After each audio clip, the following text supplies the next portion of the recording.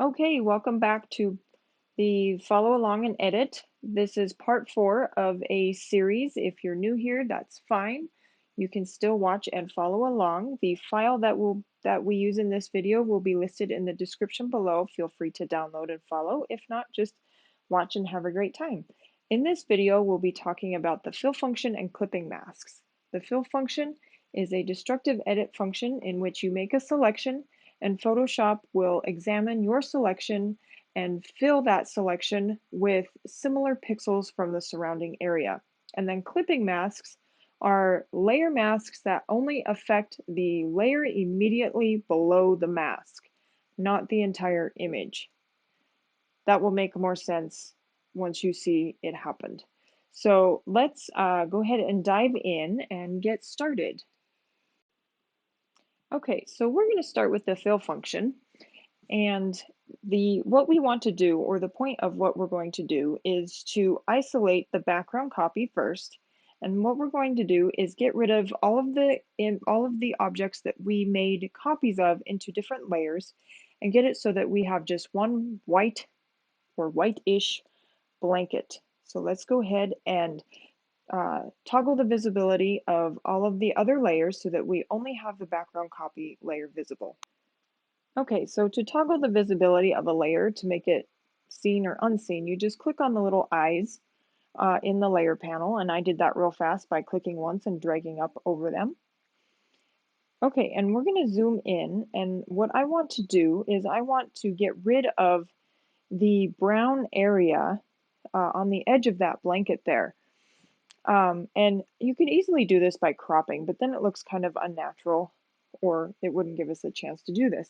So I'm going to take my lasso tool because I don't need to be exact on this. I just need to follow along around the edge of what I want to select, and I'm going to move my screen over, or move the canvas over by using the space bar to get my hand tool, and then clicking and dragging. And as you can see, I also let go, or the way I clicked, my selection finished using my lasso tool, but because I have it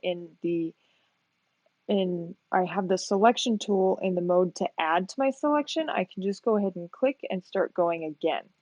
So I'm not being really exact here. Like I said earlier, I'm just following along around the edge of what I want to be filled in, and I'm going to go over, and really I could have just let go of my mouse and finished this selection, but I went all the way over. Okay, and now I'm just double checking the edge. I want to make sure all of that brown part is going to be filled in.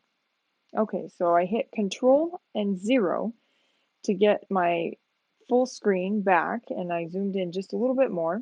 And now we're going to do the fill function. And it's up here in the edit, but as you can see, the fill function was not active, and that was because I'm on the wrong layer. There's nothing to fill on those other layers.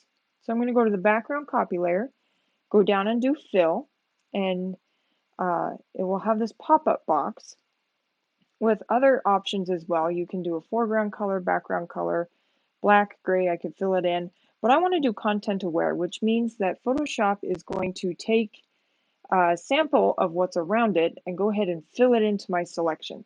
So that's what I want. I'm going to hit OK, let Photoshop do its thing, and there we go. The brown has disappeared and it looks like a natural blanket. As you can see, all the wrinkles were actually continued up to the edge of the canvas in place of the brown carpeted area. So now I'm going to go down to the bottom of my image and I'm going to do that same thing. And again, I don't need to be exact, but I don't want to select too much at the same time. So I've made my selection. That other side looks good. Okay, and now I'm going to do, this time instead of going to the edit menu function, I just did Shift F5. That's the shortcut keystroke, and that's one of my favorite shortcuts. And again, you can see the wrinkle was continued to the edge of the canvas. And that looks pretty good, actually. So let's go ahead and do that for the rest of the objects in the image. Let's take our lasso tool and we're going to go around our rattle. And we're going to go around the octopus and some of the shadow on the octopus as well. and the monkey, and typically you might do one object at a time. But however, I'm going to play with fire here and see how well Photoshop will do if I do all of the objects at once instead of just one at a time.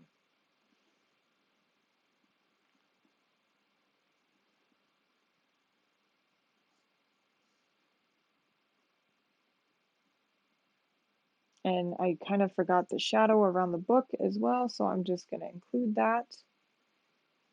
Okay, and now for the bucket. And again, you don't have to be exact with your selection, but you want to get as close to the edge of what you're selecting as possible in some cases, or what. Okay, and let's zoom out. Great, Shift F5 for the shortcut, click OK, let Photoshop think. And because we have more things selected, it's going to have to think a little bit more. So it's going to take a little bit more time. And voila, beautiful. Look at that. Everything disappeared and there's some shadows in there, but we can make those go away. That actually looks pretty dang good, considering that we had multiple things selected and there were multiple things on the blanket that Photoshop had to examine. So I brought back all of the things that we copied. I brought back all of the other layers, excuse me, and now we can start editing these things and make things a little bit more customizable or customized as to how it all looks. So let's start with this octopus here. And I'm going to put a adjustment layer on it. And this is going to be a non-destructive adjustment layer. And what I want to do is I'm going to change the color of it. And it can be green, orange, yellow, whatever I want. So I'm going to go up here and I'm going to adjust the hue. And as you can see, I'm going into a pink, but also notice that it is changing other things on the image. It's not changing the bucket or the book because those layers are above the adjustment layer. But it is doing the monkey because the monkey layer is below the adjustment layer, as is the rattle and also the blanket, or the background copy, I should say. Okay, so let's take a second to review what a layer mask is versus a clipping mask. They are both similar in the aspect that they allow for non-destructive edits to happen to your image.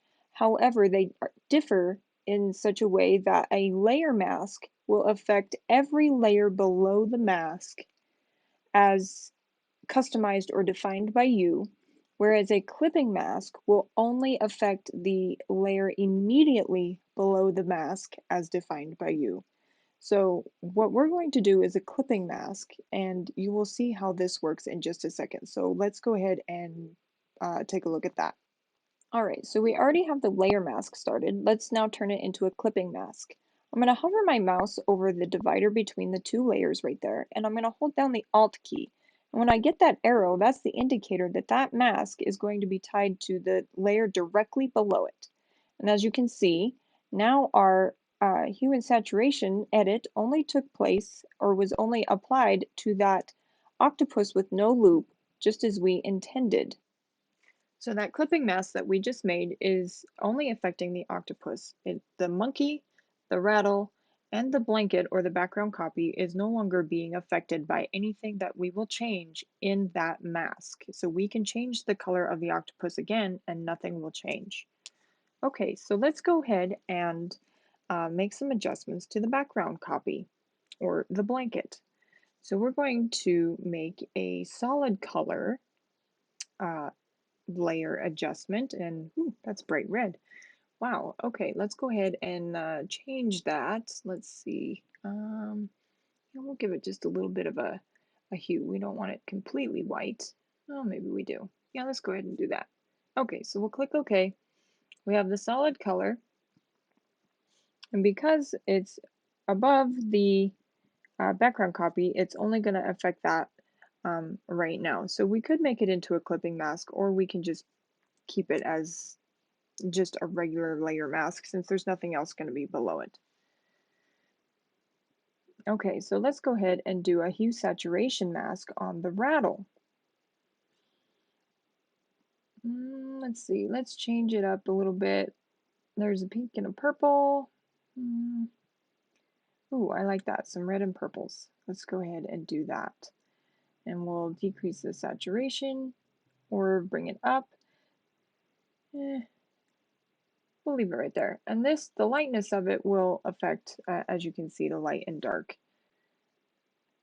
And I usually leave this at 0. If I do anything with this, I usually bring it down a little bit darker. But lightening it or darkening it, as you can see, there's a little bit more of a drastic visual. And because the background copy is below this mask, it's also going to be affected until we create this mask into a clipping mask. So I'm going to reset that back to 0 because I don't want it that dark. And I'm going to go ahead and create the clipping mask, hover over the in between the two layers, and then press Alt and then click. And now we have a clipping mask. So anything that I do with this mask is only going to affect the rattle because that's the layer that's directly below the new clipping mask.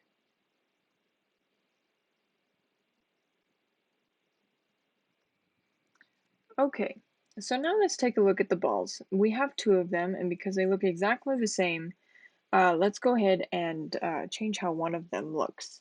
So we're going to go ahead and do the ball 2, and we're going to put a gradient layer on it, or a gradient adjustment layer. And because we haven't turned this into a clipping mask to affect the ball quite yet, it's going to affect all of the layers. And there's different, once this gradient fill comes up, you can reverse the gradient, which means the red is going to be up on the top.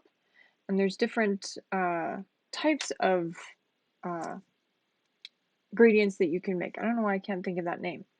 But to change the color, you're going to double click on one of those little flags there, and then you can adjust the color. We're going to go with a green, maybe. Yeah, let's do that for now. Okay.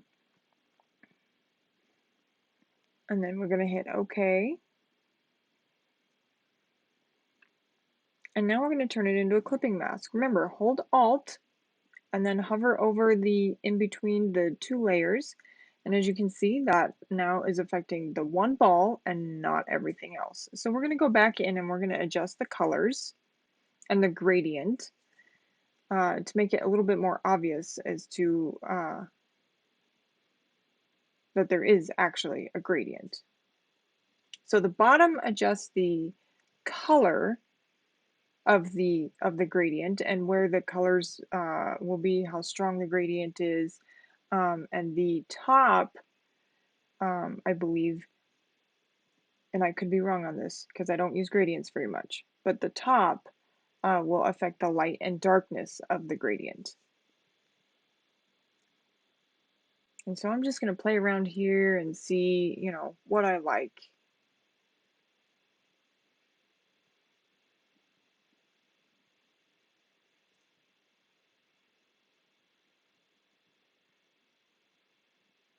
And this is probably taking a little bit longer than, you know, you'd probably want, but I'm being a little finicky here. But okay, let's go with that. Okay, and so now you can see that the differentiation between the two balls there, but I'm not quite happy with that. So I'm going to double click on that properties part of the layer, and I'm going to change things a little bit. And as you can see, we can change the gradient type and the smoothness of it.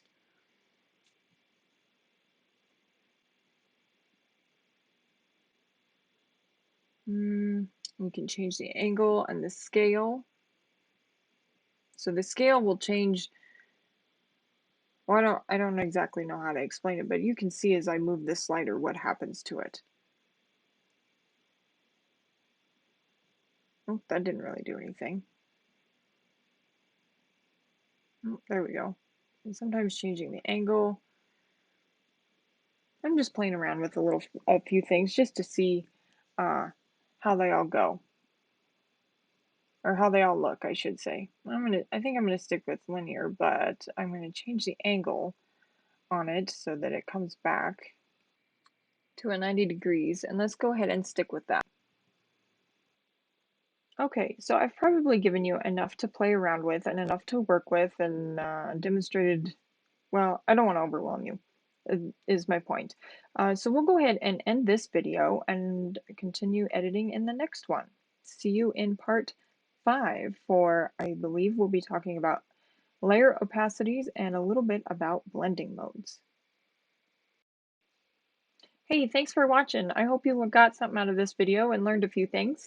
If you would like to see more videos for Photoshop editing, as well as how to take photos, that is what our channel is all about.